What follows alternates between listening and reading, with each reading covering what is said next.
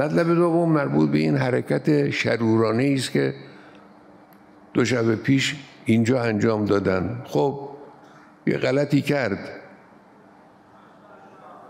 خودشون هم البته بزرگنمایی میکنن، بزرگنمایی اونا غلطه، اما توجه داشته باشید کوچک انگاری اون هم غلط.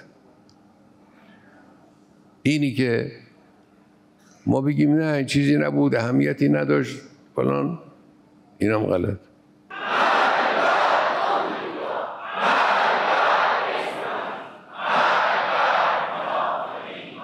اصلی خطای محاسباتی رژیم صهیونیستی باید به هم بخوره. اینا دچار خطای محاسباتی هم نسبت به ایران. اینجا انجام دادن. خب کیفیت کار رو مسئولین ما باید تشخیص بدن و درست بفهمن و اونچه که صلاح این کشور و این ملت هست اون رو انجام بدن.